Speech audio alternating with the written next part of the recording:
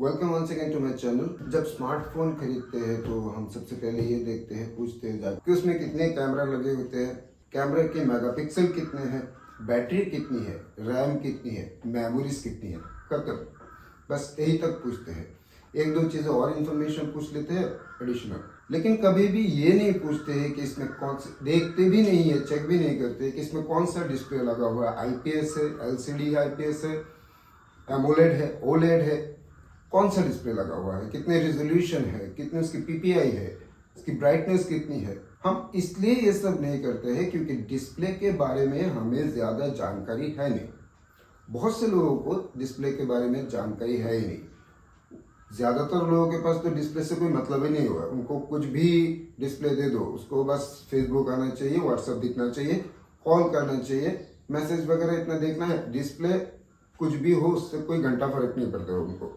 अच्छा डिस्प्ले हो, खराब डिस्प्ले हो, उससे कोई फर्क नहीं पड़ता। आ रहा है ना, काफ़ी है, ठीक है। लेकिन आप अगर एक स्मार्टफोन यूज़ करते हो तो उसमें क्या क्या, पहले जब भी आप वीडियो रिकॉर्डिंग करते हो या फोटो खींचते हो या फिर आप यूट्यूब देखते हो, मीडिया कंजम्पशन करते हो, कुछ भी करते हो, सारे चीज़ों की आउटपुट जो है वो डिस्प्ले है। यानी कि डिस्प्ले एक स्मार्टफोन में बहुत बड़ा रोल निभाता है। तो अगर आप पैसा खर्च करके एक स्मार्टफोन खरीदते हो तो मुझे लगता है कि आपको डिस्प्ले भी एक अच्छा मिलना चाहिए, और इसके लिए डिस्प्ले की जानकारी होना बहुत ज़रूरी है। तो मैं इस वीडियो में आज यही डिस्प्ले के बारे में आपको थोड़ा जानकारी देने की कोशिश करूंगा। तो स्टार्ट कर देते हैं, चलो let's start. LCD, liquid crystal display जो होता है वो एलसीडी डिस्प्ले दो तरह का होता है, एक टीएफटी एलसीडी, एक आईपीएस एलसीडी। ये टीएफटी एलसीडी जो है बहुत पुराने जमाने की है, बहुत पहले से लगाया जाता था, भारी भी होता था, सस्ता भी होता था, लेकिन वो खास कोई अच्छा क्वालिटी नहीं देता था। यानी कि कलर जो आते हैं डिस्प्ले में वो उतना प्रॉपर नहीं आते थे, ठीक ठाक है, काम चल जाता था, लेकिन बहुत सस्ता आता था। टीएफटी का फुल फॉर्म होता है थिन फिल्म ट्रांजिस्टर होता है टीएफटी का फुल फॉर्म। उसमें एक्टिव मैट्रिक्स एलसीडी होता है, यानी कि हर एक पिक्सल के लिए एक ट्रांजिस्टर और एक कैपेसिटर वहां पर रहता है। और आईपीएस जो होता है वो एलसीडी का और एक फॉर्म है। वो आईपीएस का फुल फॉर्म होता है इन प्लेन स्विचिंग। नीचे से एक आपको ब्राइटनेस दिया रहता है, हमेशा एक लाइट रहता है, और ऊपर पिक्सल में होता है, उसमें हर एक पिक्सल में दो दो ट्रांजिस्टर लगा हुआ रहता है। और हमेशा लाइट देने की पीछे से एक बैक लाइट होने की वजह से होता है क्या है, बैटरी ज्यादा कंज्यूम करता है। प्रॉपर तो आ जाता है, लेकिन ब्लैक कलर जो डार्क कलर होता है, ब्लैक कलर, वो ब्लैक प्रॉपरली नहीं आता है, वो ग्रेइश टाइप का रहता है, क्योंकि हमेशा पीछे से एक लाइट जलती रहती है, तो वो डिस्प्ले पूरी तरह से बंद नहीं होता है। इसकी वजह से पीछे से एक बैकलाइट होने की वजह से वो ग्रेइश टाइप का दिखता है, प्रॉपर ब्लैक नहीं दिखता है।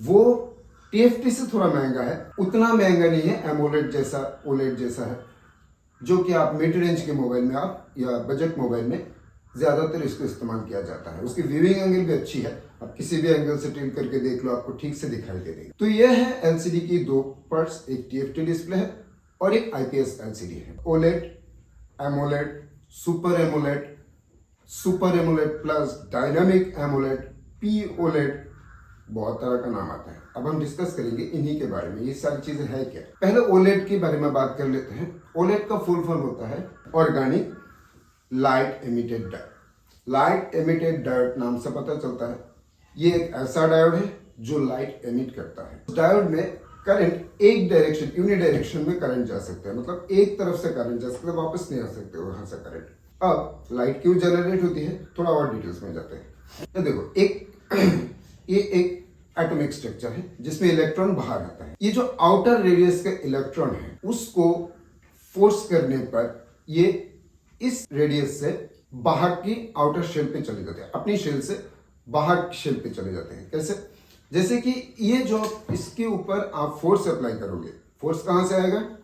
आप अगर मोबाइल फोन यूज कर रहे हो तो आपकी मोबाइल फोन की बैटरी देगा, तो इसकी वजह से ये इलेक्ट्रॉन, ये जो आउटर शेल का इलेक्ट्रॉन है, उसको फोर्सफुली बाहर किया जाता है। फोर्स अप्लाई करने पर ये बाहर चले जाने के बाद बाहर तब तक घूमता है जब तक ये फोर्स उसके साथ है।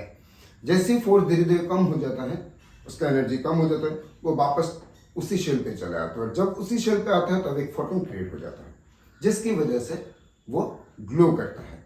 अब नॉर्मली आप किसी एलईडी को देखोगे तो आपको लाइट उसमें दिखेगा नहीं, क्योंकि वो लाइट तभी दिखता है जब इलेक्ट्रॉन पास होता है। एलईडी के पता चल गया एलईडी का फंक्शन क्या है, एलईडी किस तरह से काम करता है, ये तो पता चल गया। अब ऑर्गेनिक एलईडी, ऑर्गेनिक कहने का मतलब ये मत समझो कुछ डिस्प्ले में कुछ जिंदा चीज वहां पर है।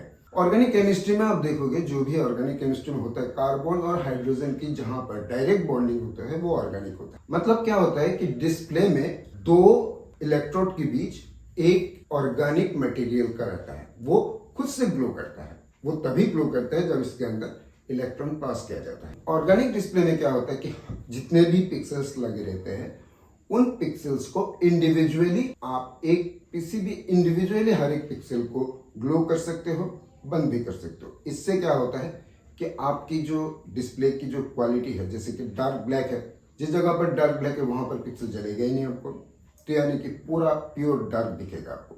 इससे आप ऑलवेज ऑन डिस्प्ले का फीचर भी दे सकते हो। और TFT जो LCD IPS वो भारी होते हैं डिस्प्ले, और ये डिस्प्ले जो OLED डिस्प्ले है वो पतला होने की वजह से उसके अंदर ये फैसिलिटी भी हो जाता है कि आप फिंगरप्रिंट स्कैनर भी इंस्टॉल कर सकते हो। अब ज्यादा डिटेल्स में नहीं जाते हैं, तब तो ये फिजिक्स का क्लास हो जाएगा। एक्टिव मैट्रिक्स में क्या होता है, हर एक इंडिविजुअल पिक्सल को कनेक्ट किया जाता है, मतलब आप एक एक इंडिविजुअल पिक्सल को कंट्रोल कर सकते हो।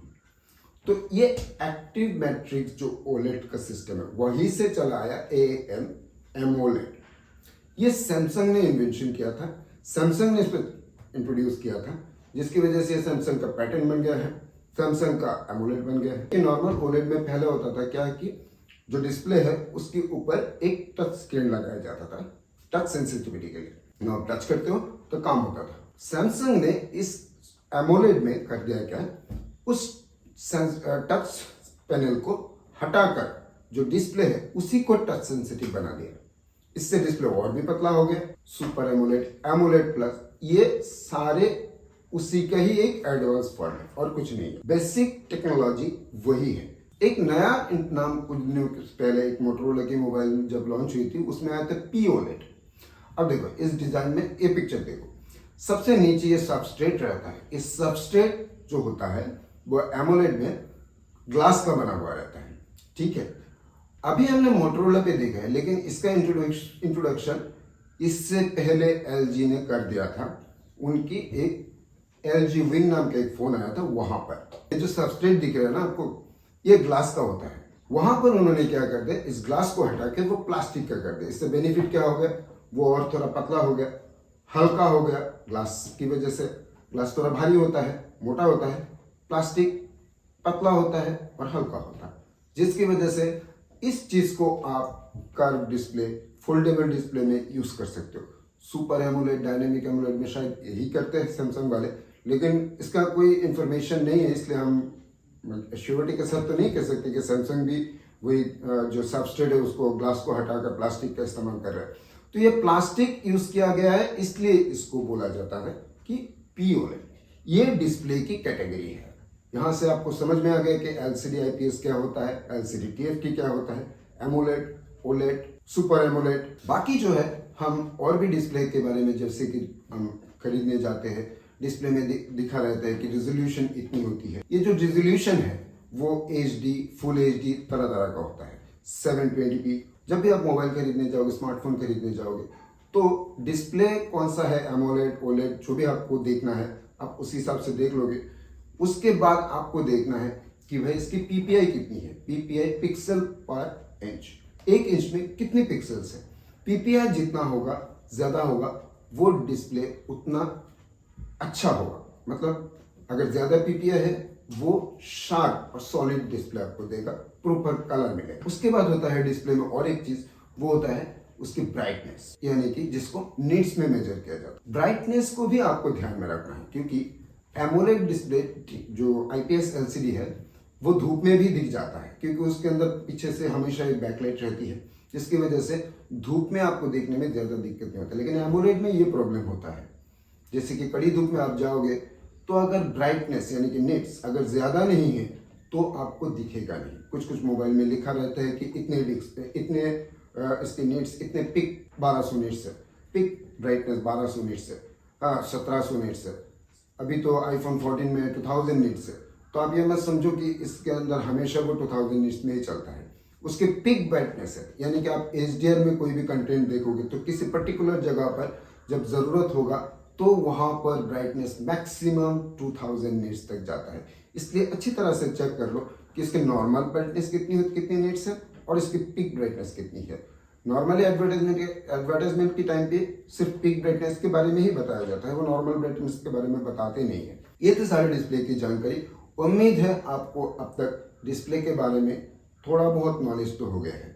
आप जब भी कोई स्मार्टफोन खरीदने जाओगे इन सब चीज़ों का ध्यान रखना। लेकिन अगर हम कंपैरिजन की बात करें भाई LCD IPS से, तो इसमें आप एडवांटेजेस वो तो गूगल में जाकर आप आराम से चेक कर। तो उम्मीद है कि आपको वीडियो अच्छा लगा होगा, और अगर आपको वीडियो इस तरह की वीडियो अच्छे लगते हैं तो आप लाइक कीजिएगा और सब्सक्राइब भी ज़रूर कीजिएगा, क्योंकि सब्सक्राइब करेंगे तो हम इस तरह की कोई भी वीडियो अपलोड करेंगे तो आपको नोटिफिकेशन मिल जाएगा। Thank you for watching the video.